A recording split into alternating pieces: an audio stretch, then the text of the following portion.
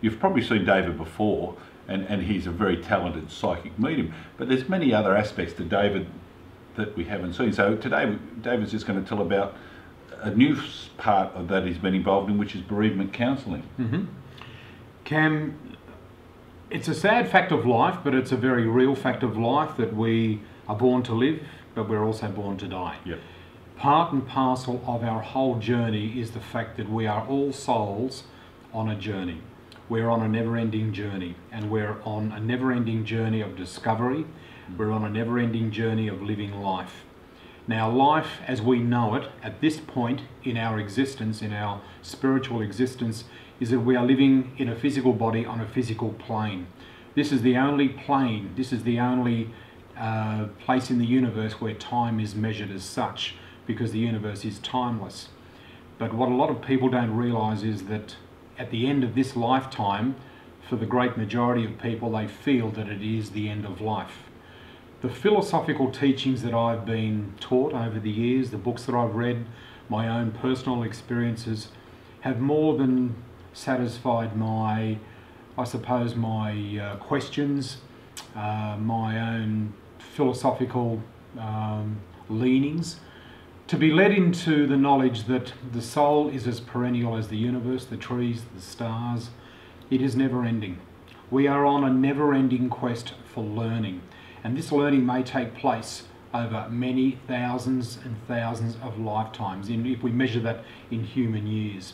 So part of what I offer as a service to people is that when we have people that sadly may be terminally ill, I've had a number of experiences where I've been able to sit down and explain to people in beautiful, loving terms about what the soul's purpose is in this life, and the fact that everything that is unfolding is a choice that we do make for our own learning. Right. And I like to bring some light to that path to assist people.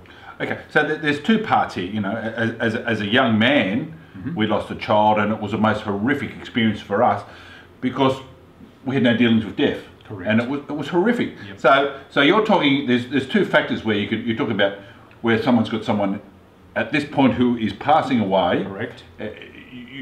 We can use your services to come in and to assist them with dealing with that loss. Absolutely. Which is a wonderful thing, because I can remember at the time that I had as a teenager, I had a friend of mine who lost a brother, and we couldn't talk to him because we just couldn't relate to it. Yep. And then when I lost a child, he was one of the first to ring me, and he could relate to me because he'd had the experience. He'd had the experience. I went, wow, that was just so much more relieving. So if I could have someone like you at that time, how different would that have been? It was horrific. So it's a very good service that you offer, really. It is, Cam, and the great thing about what I offer is the fact that I'm no different to anybody else. I don't have all the answers to everything, but what I can bring to the table, what I can assist people with, is a much greater sense of purpose, a much greater sense of peace, and to bring some calm to the situation. Sure, it doesn't always assist with the heat, with the hurt, the anger that can quite often accompany death, particularly when it's in tragic circumstances. People are confused, they're angry. Sense of loss. That sense of loss that is irreplaceable. And it's the old saying that, you know, if you don't walk in my shoes, you can't understand what my loss has been. And that is very, very true. But the service that I bring to the table here, for those that are open-minded and are really searching, if you are a person, or if you know of people that are really searching for some answers and they'd like somebody to talk to find out what the greater sense of this is, to try to make sense of all of the insanity that seems to be going on around at the time of loss, this is what I suppose this is where I come into my own, because I can sit down completely from a neutral point of view, and it really does assist sometimes to speak to somebody who is completely neutral, because I certainly have all the love and compassion in the world for people in these circumstances, because I have walked in the circumstances myself within my family. I've lost quite a number of members of my family through cancer, so I've nursed a number of people through palliative care and assisted them in the passing over process by calling in the angels, and I have my own little process that I take through. And I can remember something my mother said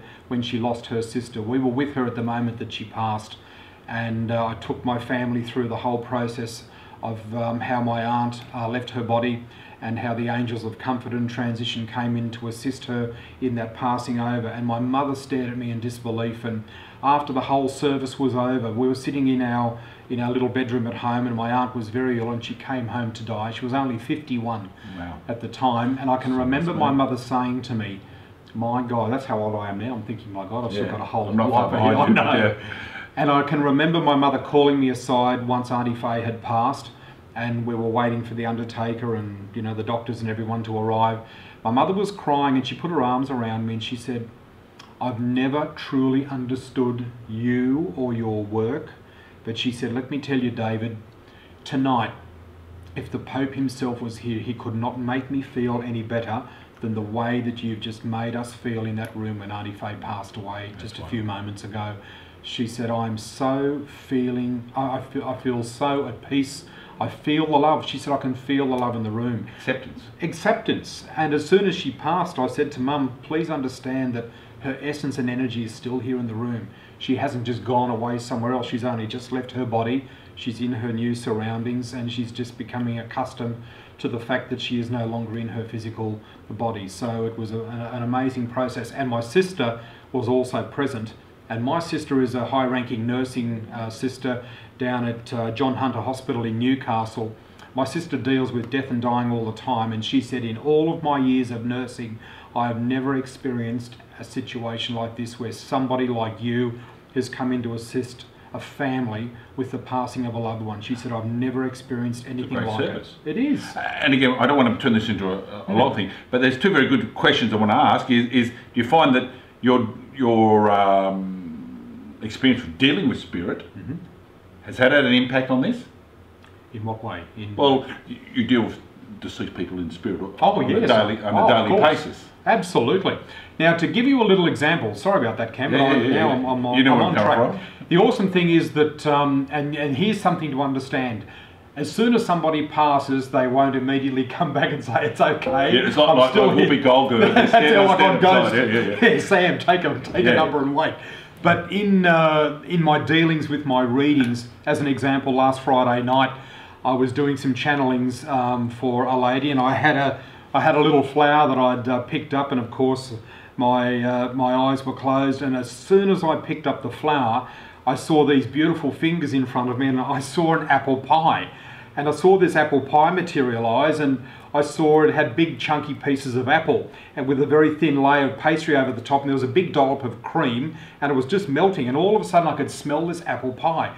And I was describing this. I said, I've got a lady that's showing me an apple pie, gave the description. I said, hang on, no, there's 2 apple pie, 3 apple pie. I've got all these apple pies. Who made all the apple pies? Well, when we finished the reading, put the flower down, and of course the lady just broke out in laughter, and she said, this is extraordinary. She said, my mother passed away 2 years ago, and she said, we were raised on a fruit orchard in Queensland here. She said, her sister was there. She said, my sister and I were raised on a fruit orchard. She said, I don't know how many times we came home from school. Mum had all these apple pies lined up on the bench because Mum was the apple pie queen. How funny. But she only used to chop the apples into quarters and bake them as quarter apples. So she said they were very chunky apple pies with the thin layer of pastry over the top. That's pretty good. So that was Spirit's way of letting these people know, hey, Mum's here. And when I finished the reading, they looked at each other and went, oh my God, Mum's here in the room. So there is no death. There is no death. There is only death of the body. There is only death of the physical. But the spirit, as I said, is as perennial as the trees, the stars, and the grass. And that's the way that it is. Last one. I thought there'd be more. Now, you know what? You're going to be a celebrant. So, yes. So this is another, David helped another family the other week. You actually performed a funeral ceremony. I did. Without going into it too much, I assisted a family to prepare for the loss of their loved one, and a lovely friend of mine called me in and she said, look, Mum is about to pass, and she was feeling angry and upset. So I went over there and took her for a little walk in the garden and explained the process of what was going to occur, which did occur just a few hours later. Oh, wow. And then the next morning, Bridget called me and she said, look, the family have decided that we'd like to ask you to conduct a full spiritual funeral service, which was a huge honour for me. And I was able to bring a lot of my teachings into this. They were very open about how it would be. It was simple, it was non-denominational, incredibly spiritual, very moving. I write a little bit of poetry myself, so I brought some of my teachings into it. I also shared some of Khalil Gibran's work. Some of you may know of Khalil Gibran. He is a Lebanese philosopher who writes the most incredibly beautiful things. So it was a little bit of that there, and I just talk about the soul, the progression of the soul, and the fact that, you know, every soul, no matter when it departs the physical life, it has completed its intended purpose, no matter what the circumstances are that it departs this life. The physical life is over, and I like to bring that in a very, very deep, loving and respectful way to bring peace to the bereaving family. Wow, sounds pretty good. It's great. Below here is David's contact details and his website, so if you want to know any more about any of this very interesting subject, and again, I was a policeman 20 years and I dealt with death, so, and again, like you spoke your sister or who was a nurse, it's just a whole different way of looking at it. Whole different way. Wow. And I know a lot of people have said to me, my God, my sister included, she said, how many people die in a cold, lonely, empty hospital room?